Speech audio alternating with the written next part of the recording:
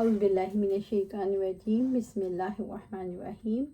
رسول اللہ صلی اللہ علیہ وسلم کو دودھ پلانے کا سب سے پہلا شرف آپ صلی اللہ علیہ وسلم کی پاک دامن پاک باز والدہ ماجدہ سیدہ آمنہ بنت وہب کو حاصل ہوا، جنہوں نے علامات نبوت میں سے دیکھا جو بھی دیکھا۔ اس کے بعد ابو لہب کی لونڈی صوبیہ ہیں، جنہوں نے آپ صلی اللہ علیہ وسلم کے چچا حمزہ رضی اللہ تعالیٰ عنہ کو بھی دودھ پلایا گیا، وہ آپ کے صلی اللہ علیہ وسلم کے رضائی بھائی ہیں اور باپ کی جہت سے آپ صلی اللہ علیہ وسلم کے چچا ہیں۔ اس کے بعد آپ صلی اللہ علیہ وسلم کو بنو سعد بن بکر کی ایک عورت حلیمہ بنت ابی ذؤیب نے اپنی بیٹی شیمہ بنت حارث بن عبد العزیٰ کے ساتھ دودھ پلایا۔ دودھ پلانے کے دوران انہوں نے عجیب نشانیاں ملاحظہ کی۔ ہم انہی کی بیان کردہ علامات کا ذکر کر رہے ہیں جن کا انہوں نے بچش میں خود مشاہدہ کیا۔ وہ کہتی ہے، میں بنی سعد کی عورتوں میں شیر خواروں کی تلاش میں اپنے خاوند کے ساتھ اپنے شہر سے روانہ ہوئی۔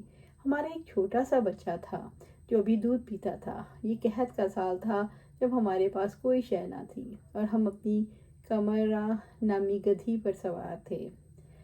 ہمارے پاس اپنی ایک کمزور اونٹنی بھی تھی، واللہ وہ ایک قطرہ دودھ بھی نہیں دیتی تھی۔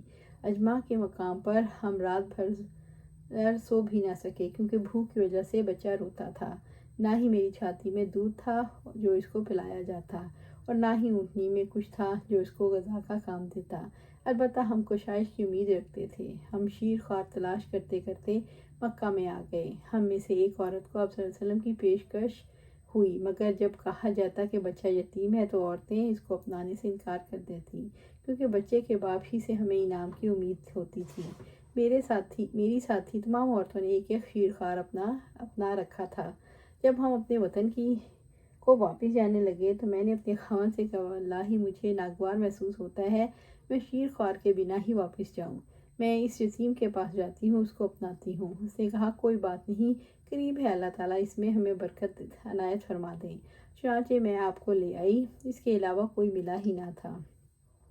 چنانچہ جب میں نے اس کو اپنے ہاتھ سوار کیا اور اپنی گود میں بٹھایا اور اپنی چھاتی اس کی جانب کی تاکہ وہ دودھ پی لے تو اس نے دودھ پیا حتیٰ کہ خوب سیراب ہو گیا۔ اس کے بعد اس کے بھائی نے بھی دودھ پیا حتیٰ کہ وہ بھی خوب سیراب ہو گیا، پھر وہ سو گیا۔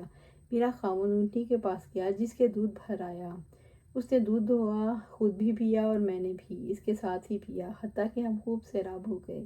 ہم نے خیریت کے ساتھ رات گزاری۔ صبح کو میرے خاوند نے مجھ سے کہا، کیا تو جانتی ہے حلیمہ، بلا شبہ تو نے ایک مبارک نسل کو اپنایا ہے۔ میں نے کہا، واللہ میرا بھی یہ خیال ہے۔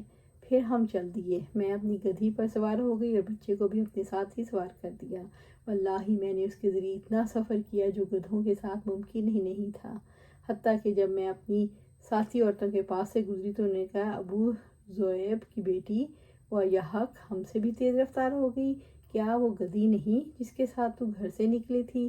میں نے ان سے کہا، کیوں نہیں، واللہ یہ وہی ہے، اب اس کی شان ہی عجیب ہے۔ جب ہم بنو سعد کے علاقے میں اپنے گھروں میں پہنچ گئے، میں اس علاقے سے زیادہ قحط زدہ علاقہ نہیں جانتی تھی، لیکن شام کے وقت جب چرواہے واپس آ گئے تو میرا ریوڑ خوب دودھ آور ہو جاتا۔ ہم ان کا دودھ دہا کرتے اور پیا کرتے، حالانکہ انسان کو ایک قطرہ دودھ بھی دستیاب نہ ہوتا اور نہ ہی اونٹنی کے تھنوں میں موجود ہوتا۔ حتیٰ کہ ہماری قوم کے مالک اپنے چرواہے سے کہا کرتے تھے، تمہارا برا ہو، جہاں حلیمہ کا چرواہا بکریاں چراتا ہے وہاں تم بھی چرایا کرو۔ اس کے باوجود ان کے ریوڑ بھوکے ہی شام کو واپس آتے، جن کے تھنوں میں ایک قطرہ بھی دودھ نہ ہوتا، اور میرا ریوڑ سیر ہو کر آتا اور خوب دودھ دیتا۔ ہم مسلسل اللہ تعالیٰ کی خیر و برکت کو وصول کرتے رہے حتیٰ کہ دودھ پلانے کے 2 سال مکمل ہو گئے۔ اب آپ صلی اللہ علیہ وسلم بچے نہیں بلکہ لڑکے معلوم ہوتے تھے۔ ان 2 سال میں آپ صلی اللہ علیہ وسلم ایک مضبوط لڑکے بن گئے اور ہم آپ صلی اللہ علیہ وسلم کی ماں کے پاس لے آئے۔ ہماری خواہش یہ تھی کہ بچہ ہمارے پاس کچھ دیر اور رہتا کیونکہ ہم نے اس کی برکت کو دیکھا تھا۔ چنانچہ میں نے اس کی ماں سے کہا، اگر میرے بیٹے کو میرے پاس ہی رہنے دیں تاکہ وہ پرورش پائے، کیونکہ میں اس پر مکہ کی وبا سے خوف کھاتی ہوں۔ ہم اس سے یہی باتیں کرتے رہے حتیٰ کہ اس نے بچہ ہمارے ساتھ واپس بھیج دیا۔ واپس آنے کے بعد چند ماہ بعد ہمارے گھروں کے پیچھے اپنے بھائی کے ساتھ وہ ریوڑ میں تھا کہ اچانک اس کا بھائی گھبرایا ہوا ہمارے پاس آیا اور اس نے کہا، مجھے اپنے باپ سے میرے قریشی بھائی کو سفید کپڑوں میں ملبوس 2 آدمیوں نے پکڑ رکھا ہے انہوں نے زمین پر لٹا کر اس کا سینہ چاک کر دیا ہے۔ چنانچہ میں اور اس کا باپ اس جانب کو دوڑ پڑے اور ہم نے دیکھا وہ کھڑا ہے، اس کے چہرے کا رنگ بدل گیا۔